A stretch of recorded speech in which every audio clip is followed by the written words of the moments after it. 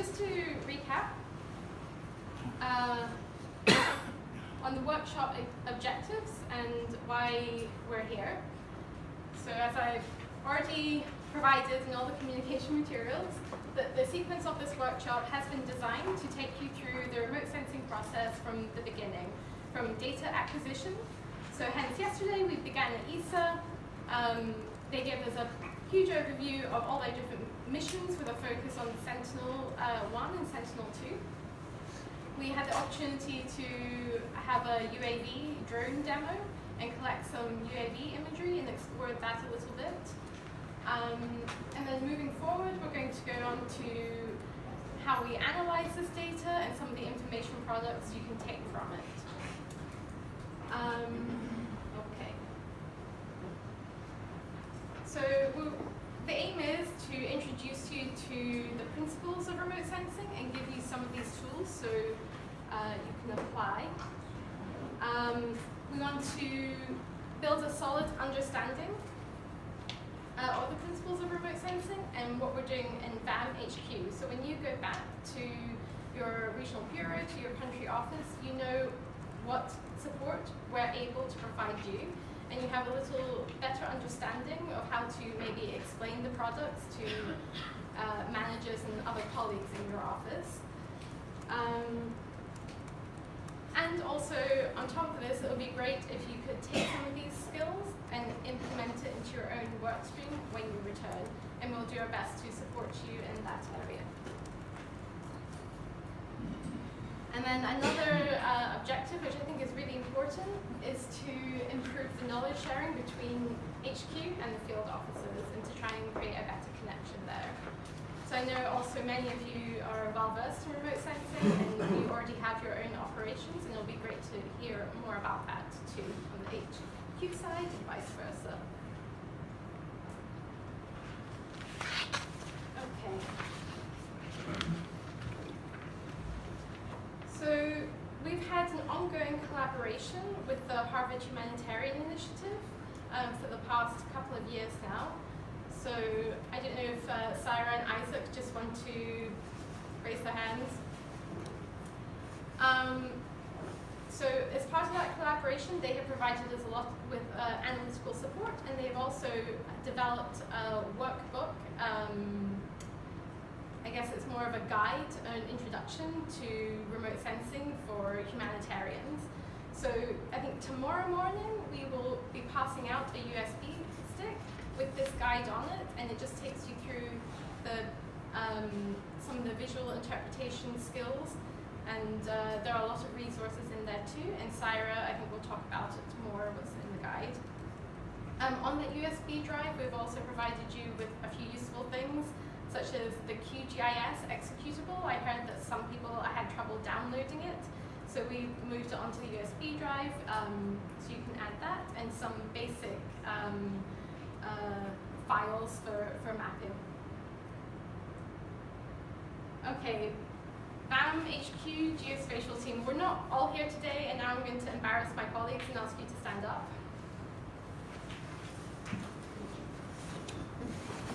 Thank you. Where's Valentin? Yeah. There are a few of us missing today, but we are, for the most part, VAM HQ geospatial team. So we know who we are, and then where you guys are coming from. So this is just a map of all the different countries that are represented here in this workshop.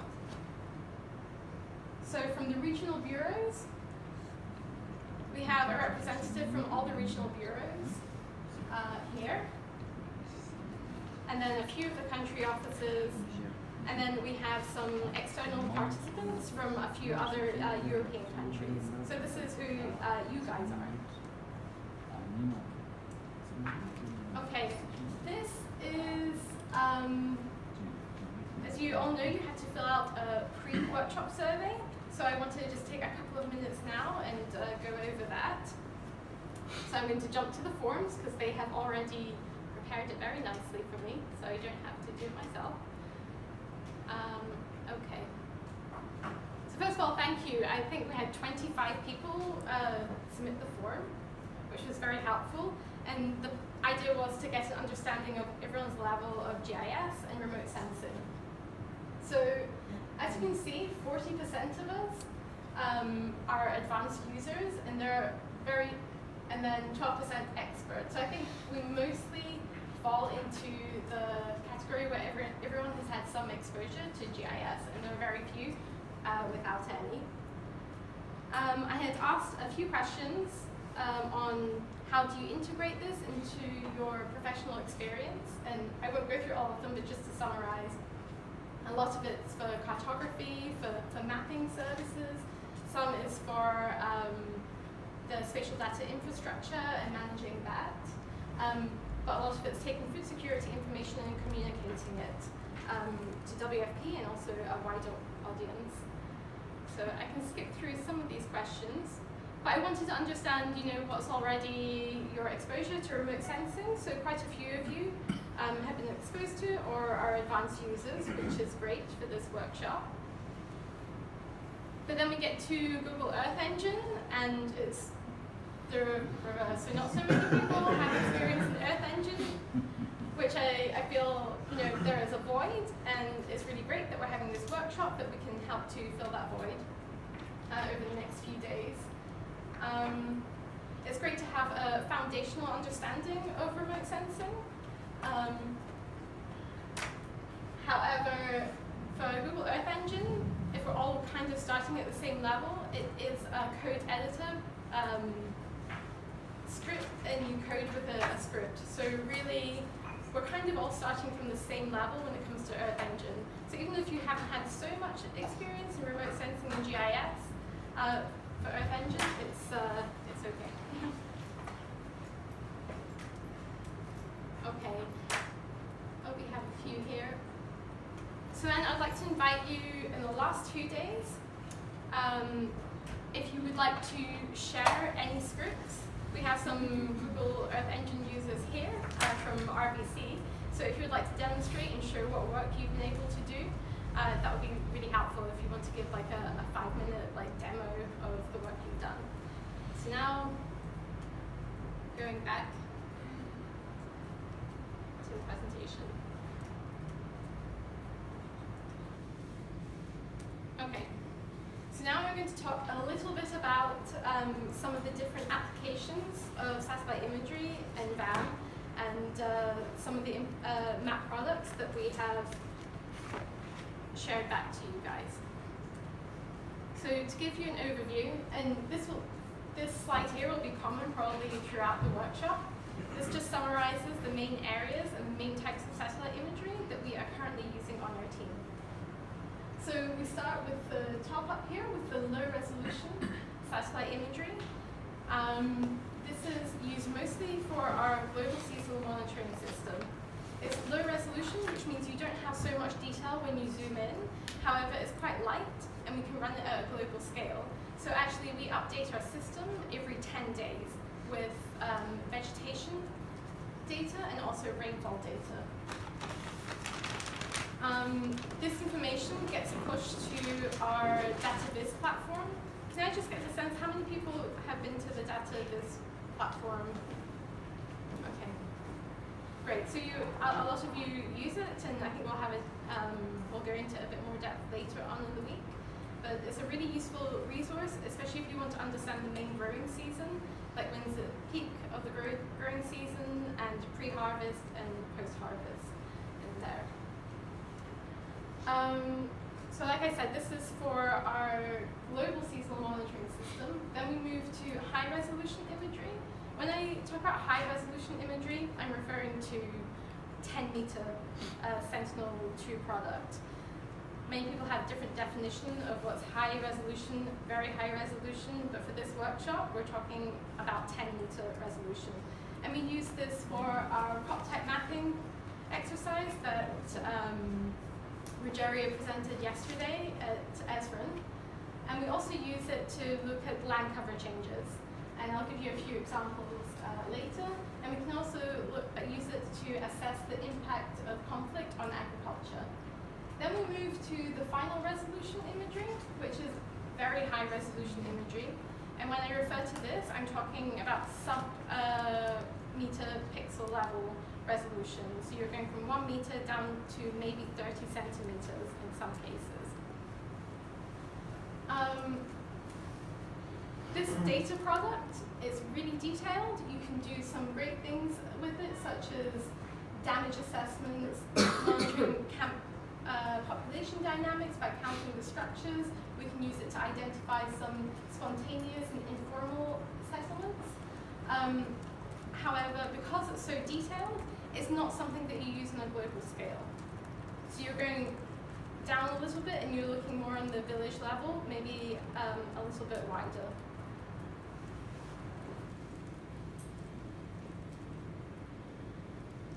So we'll have another presentation later in the week by Rogerio on the seasonal monitoring system, but just to give you a couple of examples of the map output. So like I said, every 10 days we update the rainfall and we update NDVI, which is an indicator for vegetation vigor.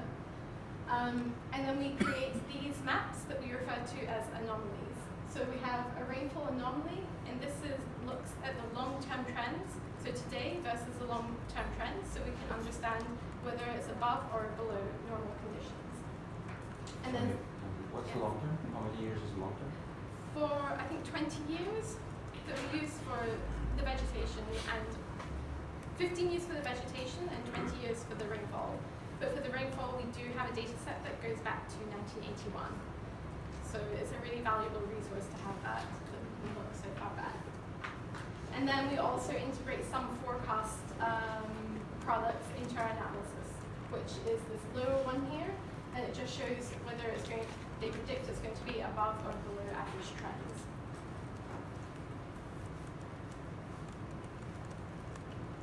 I think we had this in our presentation from yesterday, so you should all know that this is Turkey to the north and Syria to the south. A bit about this data product. This is the Sentinel-2 product. Can anyone tell me why it's red? It's false color. Exactly, it's a false color image. So this is something that we commonly do in remote sensing. There are some parts of the reflectance from the surface that we cannot see with the human eye. But we can visualize it through a computer. We'll talk about this in the next session with Jamin. However, anything that's very, very red is strong vegetation vigor. So you can see in Turkey to the north, it's very red. They have intense agricultural activities going on there. And then when you look to the south in Syria, there's a stark difference. And this is due to the impact of conflict. And I don't have it here to show you. However, we were able to validate with very high resolution imagery some destroyed irrigation infrastructure that prevented the water getting to some of these irrigation areas. And also people left the area. So it was abandoned. So you can see this is before in 2011, and you can see after in 2016 the difference and the impact on that area. Okay. So this is another product that we're using. We produce this in Google Earth Engine platform. The great thing about Earth Engine is that you can scan around the area and it updates your satellite product on the fly.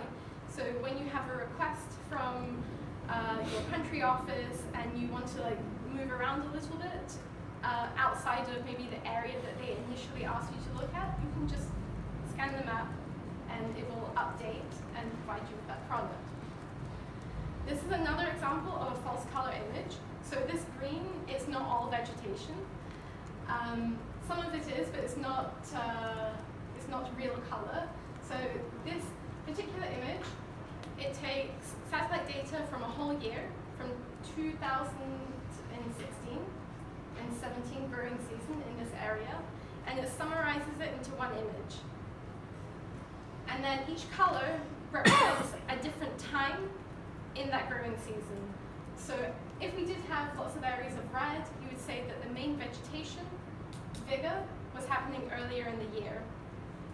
We can see some blue around here, and that indicates vegetation vigor closer to the end of the growing season or outside of it. And there's not much actually happening in this image. We can see here some overgrown vegetation and abandoned irrigation infrastructure. And then also over on the other side there, but there's not too much happening. But then when we updated the analysis to account for 2018 winter activities, so I think this went up to February 2018, it's quite different. So I'll just go back and forth. And you can see we have this new area here that's blue. It's not so clear in this, on the screen, but you can also see a lot of rectangles within this blue area. And those are active irrigation fields. So what we were able to understand from this analysis is regeneration of abandoned irrigation fields and agriculture. And this location is actually completely inaccessible to WFP, and we didn't have any information on it. So the value of doing this kind of information is that we can understand in this particular location they are not food insecure, they're able to produce their own food. How do you evaluate that? If that is enough or not? It means that we can reprioritize. No, but I mean, So, yes, there's a change, but yes. does it mean the change is enough, or it is just a change, but it's not enough and you still have to go there and provide food? Well, we're not able to go to that area at all because of the security situation, so I guess it gives you, can I? Yes, go ahead. It gives you, so food insecure can be in terms of access or in terms of production. At least this one gives you an indication that it's not production. It might still be too expensive for people to buy it, and you may have to go there and assist them, but at least it's not a production issue. Because you So know it's enough, or it defines the type of assistance that you need to come. And if it's a problem of availability, if it's not being produced at all, you do have to come with food. so production is binary. Either there's enough or there's not enough. There is production or there's no production, or is it? Could it be? It might be a problem of quantities. Yes, Yes, that's it might be. what I mean. Yeah. Yeah. But what it doesn't give us is, for instance, can people still afford it? Mm. That you still need to. But would it make sense to calculate the area of irrigated and have do you know how many people that could feed, and then compare that to the number of people that you expect to be there? From satellite? I mean, that's very challenging because we don't know how many people are there. So yes, we could derive an approximate area and we could guess how much food you could produce from this. But then also another challenge is that we don't know how many people are in this area. Okay, so this is the same location. Again, it's not so clear on the screen, but you can see in 2017, you can see there are some fields that are active, but for the most part it's abandoned. And then when you look at 2018 in the same area, we can see a lot of activity going on there. So this is another way that we commonly use the very high resolution imagery. We look at the free open source imagery, we find highlight or hotspot changes, and then we validate that change with the very high resolution imagery.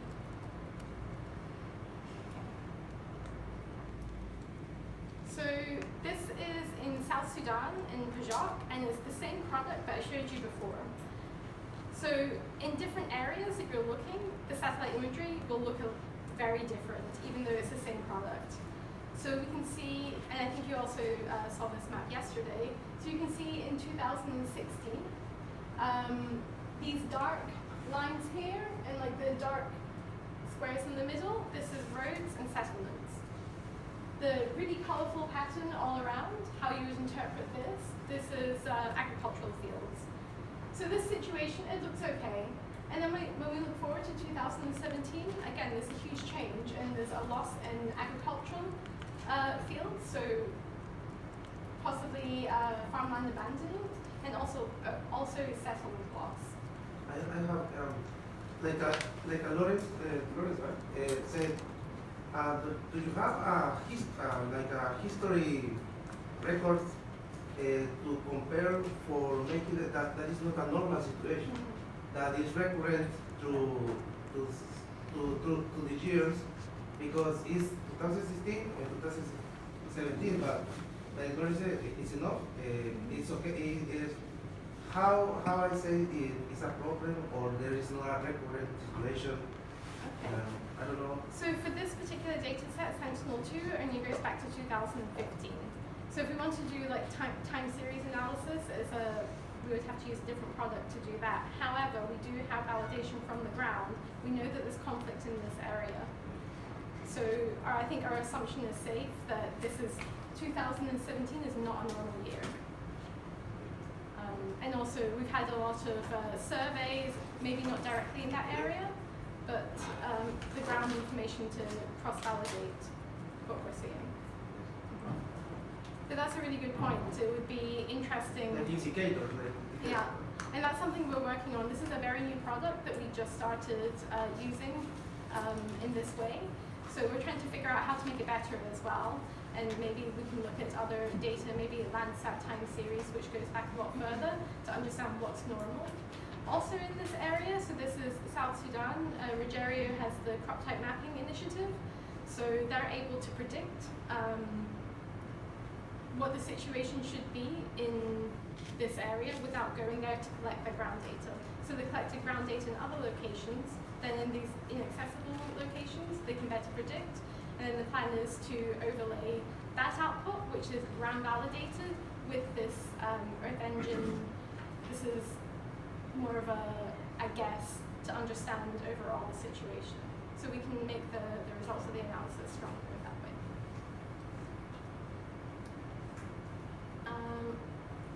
I was going to go into an Earth Engine demo, so let's see if the internet is going to be okay. Just to show you how, how I was describing how you can pan around.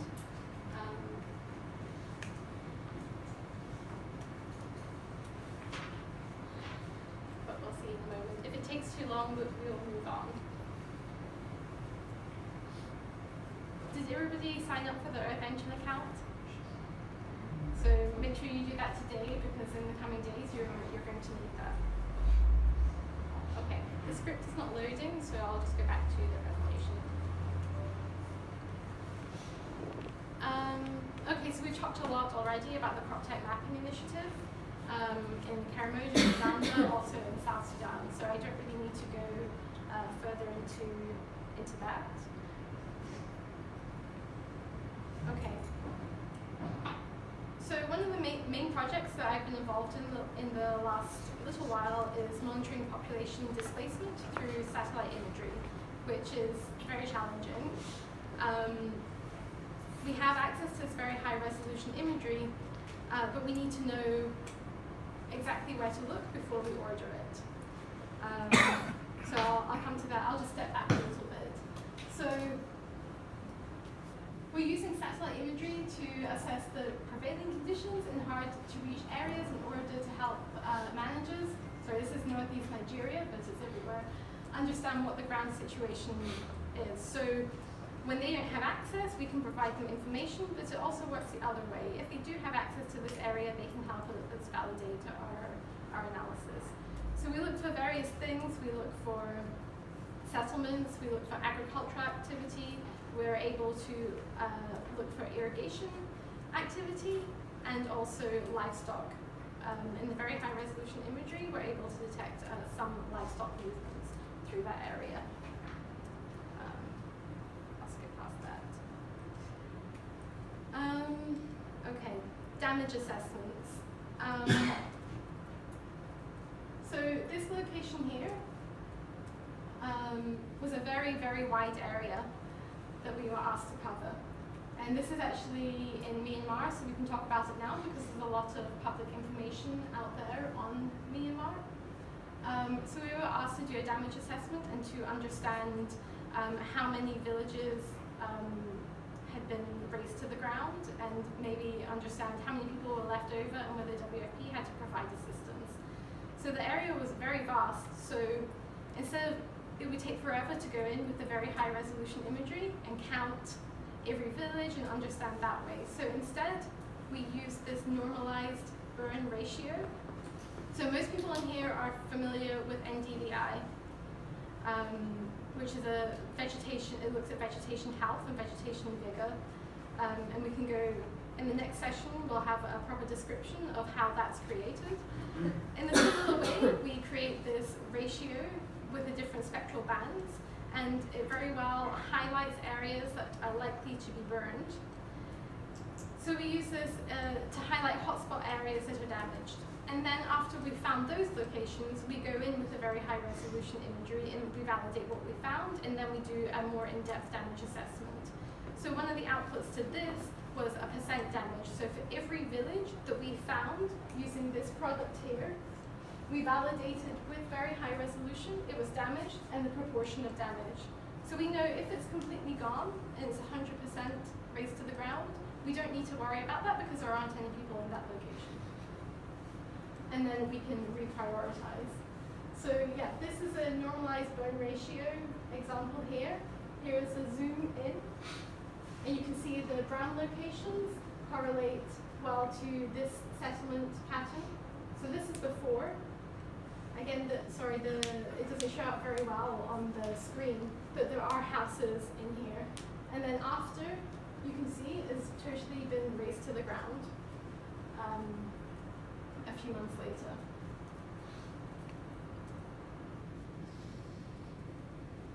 Okay. And this, I think, was also in a previous presentation yesterday. This is just another example of a product to highlight new settlements. So this is an NDVI difference. So it looks at vegetation in one time period, and you deduct it from another time period, and you understand whether there's a loss or gain. So anything that's green in this image is vegetation loss, and anything that's is green is gain and red is loss. And it aligns very well with these settlements. We went a bit further with this analysis, and we used another product for the same area, which also delineated this settlement quite well, but in a little bit more detail. And then what we did with this, we derived the extent of the settlement to understand how it had changed over time. So we did a before and an after. So there we go. Okay. So just jumping back to this. So this is using the 10-meter Sentinel product to highlight land cover changes and then validating with very high resolution imagery. This next example, we're just looking at very high resolution imagery and doing a detailed structure count. So this is very labor intensive. It's done manually. You have to go through the image and you have to tag every structure that you can identify. And we already discussed some of the challenges of that yesterday. This location in particular, it's on the Syrian-Jordanian border. This is the Hadalat camp that no longer exists. It's a desert environment, so the tents get covered in sand. So sometimes you can't tag them. So there are limitations to this analysis, and it's very, very manual. However, we are able to monitor over time how the camp has expanded, and then ultimately it disappeared because people were relocated to a bigger camp. So this information is really useful, again, in another location where WFP doesn't have access. Sorry, Yes. I have a quick question. Yeah. How do you determine it's 75,000 people? This is based on, so this is a very, very rough estimate, and I want to just highlight the limitation of doing any population estimates from this kind of analysis. Because one, you may not be able to identify all the structures, but we count the structures, and based on the average household size, we multiply it by that. Okay, so what's the household size? There, I think we just used a five, I believe, is a rough number. Okay. It's just to give a rough idea of how many people could be in that area. You also have to take into account that if the camp has been there for a long time, each family might have two structures. So you might have to take that into account as well. Okay. Okay, so as I mentioned, this manual identification of structures, it takes a lot of time to do. it's very precise. I think that the human eye is we're able to identify these features very well.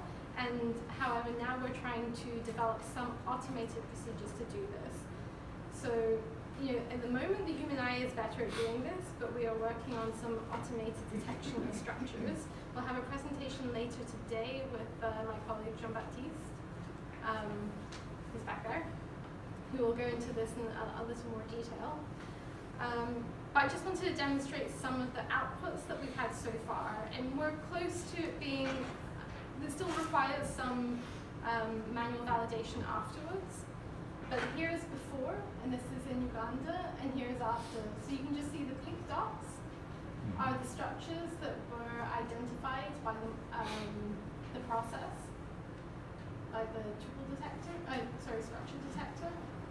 However, you can also see it missed some of the houses.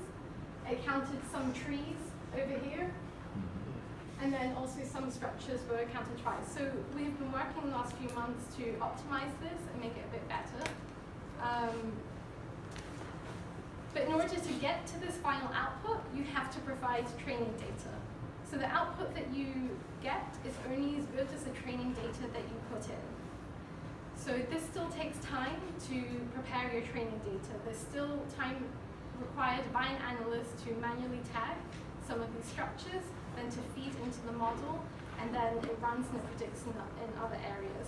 And then on the other side of it, the analyst still has to physically check that, yes, this is a structure, the model is behaving the way it should. So there are some limitations there, but we're working on it. And sorry, can we ask a question? Yeah, no, absolutely. So how much do you feel that can be done on a desk training data, and how much does it have to be field visits? Do you feel that you can, if you go there one by one, just looking on the image, you can just say, this is right, this is wrong? You need more field visits. I mean, I think it's always better. Your result is going to be more reliable if you do have some ground validation. But in the areas that we can do that, I think that we should be doing it, but then we can use it to predict in other areas where we don't have access, just to get a rough idea. So, are there any other questions? So the training for this one was on the same image, or it was from a general? I think it was from a bigger area, right?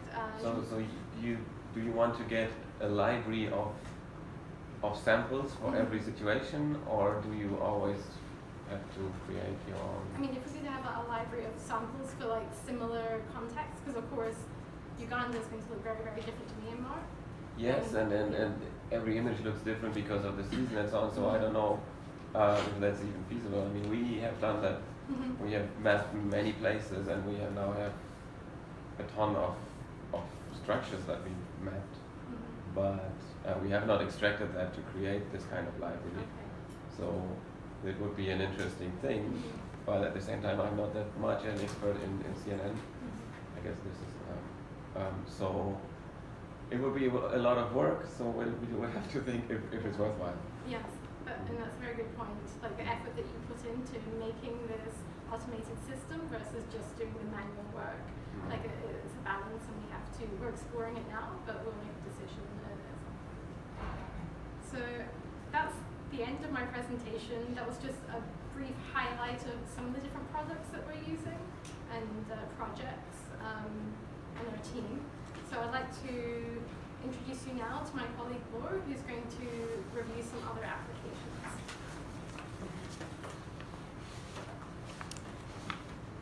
Hi everyone. My name is Laure. I also work with Sarah, and I'm going to show two other applications or use cases that we have. That we have been working on. So the first one is urban. So how do we work in urban context? It's quite different from the rural one. As you can imagine, there's more and more people living. There are more and more people living in cities. Sorry. And the vulnerability. Can we compare vulnerability in rural areas and in cities? It's very different. People live there, living there, have different livelihoods they can rely on. life expenses may be higher. So there's a lot of poverty, and how do we assist people in urban areas? So for those who know, this is Kampala. It's actually a drone image. So I'm going to explain how we use this. First, to do some vulnerability assessment. So actually, first I'm going to speak about Metro Manila and what we did with the assessment team, who wanted to understand in such a large area. So we're talking about 17 cities. Metro Manila area is really, really large. Where are the most vulnerable people? So if you look at this, this is a very high resolution image over Quezon City. I don't know if you see really well, maybe on this screen it doesn't show, but yeah. Where do you think people are the most vulnerable or the poorest in this area? Is it going to be in the top right, or maybe over there, or in this area? Yeah. Right. So it's quite clear, like to the mind, that where the roof patterns are denser, people live in poorer conditions, right? So that can be mapped, and a shapefile can be derived in order to help the country office or the government to understand where informal settlements are likely to be. So this was actually derived with the help of ESA and DLR, the German Space Agency, to have this automated detection of informal settlements. So that was done for the whole area. For the whole area of Metro Manila, and then we even tried to estimate the number of people living in each of these polygons. I mean, I'm speaking in terms of shapefiles, but we basically used a high-resolution settlement layer, which was derived by Facebook and is quite precise. I can show more in detail this data afterwards if you're interested, but basically it's based on a 2015 census data, and it's also using satellite images and using the different roof patterns density to allocate for a pixel of, I think, 30 meters, the number of people estimated to live within this cell. So combining the two, we actually came to a final number of informal settlers estimated to live in Metro Manila. That was quite and pretty much similar to what we could find in literature. So that was really interesting, and we made a dashboard out of it. I'm going to go more into it now, just very brief. So this is a map showing in red where the informal settlements are estimated, were automatically detected. And then we could aggregate and understand the ratio in terms of area of how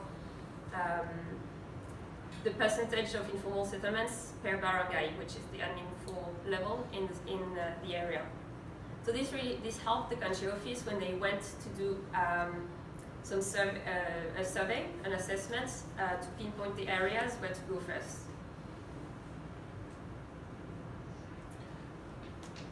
Right, so we did a dashboard out of it. So this shows the same, this is this ratio of informal settlements per barangay. And then we aggregated also at the LGU level and came with this population number estimates that I said just before. So for each LGU and each barangay, these numbers could be found on the dashboard. So this is the barangay level. So this is the population of informal settlers and the total population. Because that's what usually country offices or governments are looking for. So obviously it's an estimate,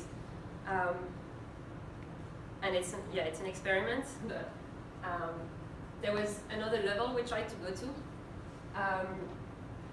We tried to understand how many people, vulnerable people, were at risk. In terms of, in a city like Metro Manila, where you have very high risks of typhoons, and and floodings are pretty common.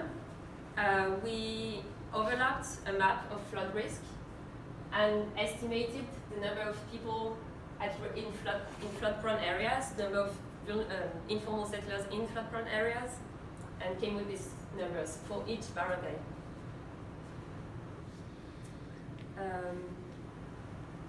Yep. So that's. Oh yeah, I have a question before. I have two questions. One is, do you know how the DLR made this detection of settlements? Was that based on 3D data or on edges or on? It was based on very high, on played data, very high resolution images. I mean. But the methodology you don't know exactly. I don't know. I mean, it was some object detection. I don't remember. I will share with you the product. Yes, very well. And the second question is, have you validated somehow these population numbers with ground survey or something? Yeah, the total number that we came to with the number of informal settlers estimated with this technique. Yeah, we compared with what could be found in 2 or 3 documents, and it was more or less 1 million, if I'm right, 1 million something. Yeah. But you did not go and count some on buildings and so on and calculate it? No. And I think that would be something, that's something that the country office was willing to do and somehow it didn't happen. Yep. What is the client engagement model? You said the user requirements clearly from the country office. It's like how you engage with the users that's who's going to use it as a product. So that was part of a project called Adapting to an Urban World that is by the assessment team of VAM based in HQ. And this was more or less a pilot. So they engaged with the country office, the VAM team, and worked with the government that actually defined the requirements that they would have. They said we would need like a dashboard where we can zoom in or click on an area and understand how many people are at risk or how many people live in vulnerable situation. So that's pretty. But that need arises in the country office, or you realized it in that quarter that okay, this might be interesting. So to be honest, I'm not sure. I got involved when they thought that satellite imagery could be interesting to involve in the project to use, and I did the satellite imagery part. But the origin of the project, I can also share with you some more detail or put you in contact with Sergio. Maybe you know Sergio. He's the one behind this. I think it originated from HQ and maybe the food security cluster. Other questions? Okay, so that's another application for urban. So organizing a survey in a city is quite different than organizing a survey in a rural area, in the sense that if you want to have a representative population, so if you go in only in the, as I was showing in the image before, if you only go in the richer parts, it's not going to be a really good representation of the situation, right? So we also use satellite images to understand and to try to have a more representative sampling design. That's why so this is an example in Kampala, where actually I've been to, because there's a food security assessment that's actually going to happen, I think, next week. So we prepared map for enumerators to know where to go. So these are another, in brown, a map of the, sorry, a shapefile of the informal settlements. So more vulnerable areas. And so we had 30 primary sampling units in the formal and 30 in the informal areas for each of the strata, which is, for each, sorry, admin 2, I think. Yeah, so this is then going into, for each of this square that you could see before, there is a very high, this is actually a drone image, so a map showing exactly what it looks like. So people, enumerators, before going to the field and doing the survey, know which which settlement to go to. So that was also tested in Kinshasa, and I think I was speaking, where is, I don't know, we were speaking yesterday, and you were part of the enumeration team as well. And so it's apparently very, also it's for safety reasons, to understand maybe, not safety, but I would say, for enumerators to arrive in a spot that they can look at with very high resolution images, is very good to organize. So, yeah, that's an example. Another one that we worked on when we went to Juba, it was to understand the urban change, the expansion of Juba. So this is just some Google Earth image, so it's not really clear, but basically you see the city of Juba in 2003, and then in 2018, so you see the expansion. It's quite impressive. This is a camp over there. The problem is that the boundaries of the city are still the same as it's still relying on the urban footprints from 20 years ago. But what about these people? So basically, when we prepare a survey and we're gonna rely on this shapefile, we're basically forgetting about this part. So it's important to also look at these urban changes, and satellite imagery is a good way to estimate and understand the expansion. And I actually think that OCHA is working on changing these boundaries. Okay, so that was it for urban. Then I'm gonna speak about another use case, another project that is called AIMS. That stands for Asset Impact Monitoring System. And it all started as an innovation project. And during 6 months, it was the feasibility of using satellite imagery to detect and understand the impact of FFA activities was tested and proved. So when we speak about FFA activities, for those who are not familiar, we're speaking mostly about reforestations, bridges, irrigation canals, either rehabilitation or constructions. Yeah. What do you mean FFA? Oh, sorry, food for assets. So this is what Pedro was also mentioning yesterday, is the idea to engage the community in building or rehabilitating assets for the community, and in order to provide food in exchange of this work.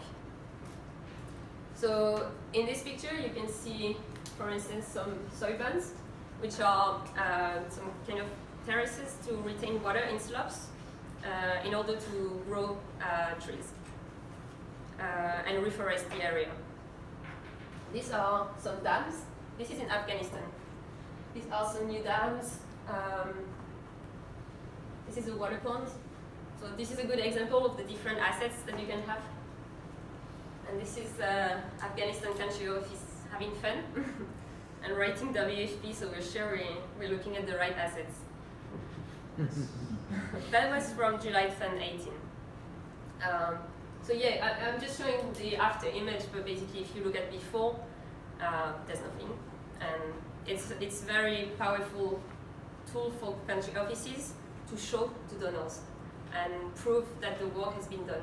And the idea is to have this image every 6 months to every year that proves the evolution of, and the fact that these assets are being maintained over time. And you say it's a system, so it's kind of automatic? No, it's called a system because that was for the acronym, I guess. This is not automatic. I mean, unfortunately, to be automated, we would need training data, right? To have. I don't know. Well, so this is. It was meant to be eventually a system that would be operational, and part of the work I guess we have to do is how much of it can be supervised and how much of it can't. So the detection of capturing or ordering the images could be could be kind of automatic, that you always get the new image. And for some assets like water reservoirs that are high contrasting like those, maybe you can. Yeah. And the thing is that our portfolio has like 100 different types of projects. And so in 100 different types of countries, and they all look different. So Yeah, if you yeah. look at Afghanistan, it's easy. In Guatemala, where you have if everything is green or under trees, that may be more challenging. But Maybe- maybe already if it's a dashboard where you have all your assets and it just orders the images and puts it there and Yeah. just gives you So that's- an email yeah. and tells you, oh, have a look at it again, That's would the be plan. a system to me. So But maybe that's a great use for artificial intelligence, which what our eye perceives as a huge array of differences between contrasts and countries and projects. Maybe algorithms are better at doing it than we are. So maybe that's an interesting discussion in itself. I think this is super challenging. Yeah, this would be even harder than finding houses. yes, Because definitely it's so complex. harder than like structure detection. I can show you the individual sheets that we have as a guidelines to build them, that you have an idea of how many the diversity. Yeah, so that's the challenge to automate it. So far it's a team of analysts that look at the imagery and assess whether the asset is there or not. But now most of the country offices are systematically collecting the GPS coordinates of the assets that they are building. So that would make things a bit more easier. That Yeah. you know that, okay, asset is there, and then you can order. That's a very good point. So I think this project also pushed country offices who were not maybe gathering the coordinates of the assets. So maybe a few years afterwards, no one knew where the asset was supposed to be. And we're working now with 12 countries, and 3 are on board for next year. And it's been very interesting to realize that some countries have actually no idea where the assets are. So this is also going to push for more rigor in this regard. That's another example in South Sudan of a water pond. Yeah, so it's very easy to detect. And this is also in South Sudan. So that was a road that was rehabilitated in 2015 by the engineering team. So this is before, and then afterwards you can really see that the road has been widened quite a bit, and you can actually see also some new patterns of cultivated land and settlements, because the hypothesis of such a road that was 60 kilometers long, between 2 cities. The hypothesis was that people would settle along the road because they could then reach the market, start selling their production. And so we tried to understand what the impact of this road had on the surrounding landscape. So that's the aims, has 2 sides. Let's say the detection of the asset, making sure it's there, and then going to the next level and trying to understand the impact it had.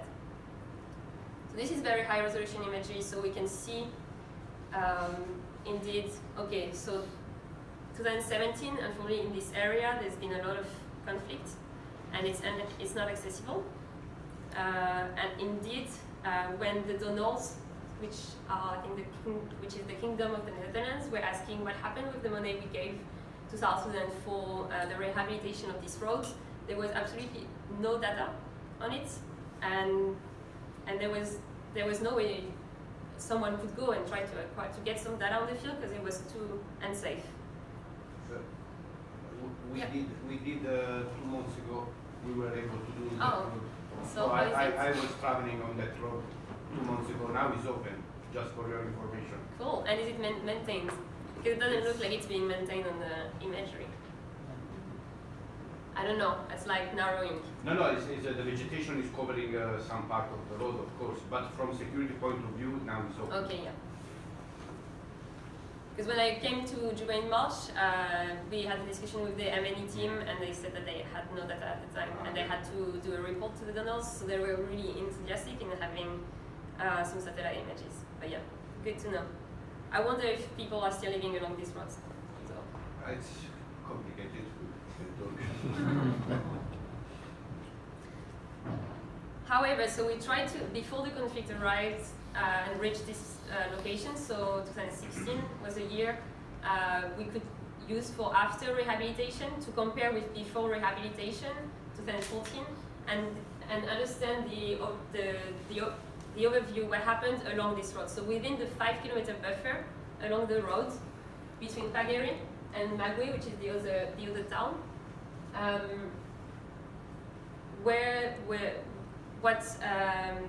what is the area of cultivated land. So in orange, this is in 2014, and in yellow in 2016, so that allowed us to estimate the area of and the increase that happens after the rehabilitation of the road. But you cannot directly put the rehabilitation of the road to get, I mean, as the cost for the rehabilitation. It's a data we can use to. No, but it could also be that it's the security It's a better situation year, or it's or in time of climate. Yeah, totally. So. There are limitations. No, I know, but it's just I'm interested in how you communicate that. And is that then you say this is a great success because you built the road and that? I'm not sure we're saying it's a great success. We're saying this is what happened. This is the area in 2014, and this is the area in 2016. And I think for donors, this type of information may be interesting. The traditional way that we measure the success of this is just paying someone at the side of the road to count trucks. Yeah. Right. And so if the trucks increase, and I think here it increased from something like 60 trucks a day to 800 trucks a day, and so that's how you usually calculate. And then you go into the two towns, and you count how many petrol stations, how many. Basically, you count the indicator of economic expansion. So I'm not sure what the engineering unit did in South Sudan, but you typically use very intense field validation techniques. So if you put this together with the increase in traffic and the dynamics in the markets in the two towns, maybe you can establish causality. Yeah, but you couldn't claim the win just for you, I guess, because it's also a security situation or something, I guess. Sure. And maybe if you can put hotspots together with this, maybe you can have a better model on causality. I don't know.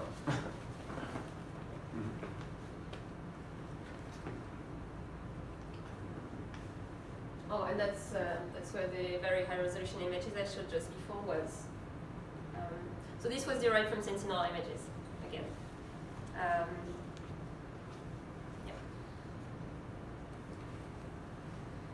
And also, again, this area is very, it's 60 kilometers, right? So as Pedro said, it's very intensive to send people to the field and do this type of evaluation.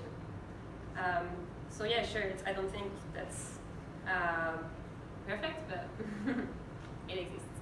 But even if you can't establish causality, this is essential to have. How much agriculture is done around that road, regardless of whether it was caused by the road or not. But it's essential to have for food security. Yeah. So just the last word on, because yesterday, so we also the drones, and we're trying to understand now how to integrate this technology with satellite imagery. I think for AIMS, this is one really low-hanging fruit that would be very beneficial for the project, in the sense that if we're looking at a road, satellite imagery is great. If we're looking at reforestation as well, if we're looking at smaller assets, such as these small soy bands, this is in Mali, that's a drone image.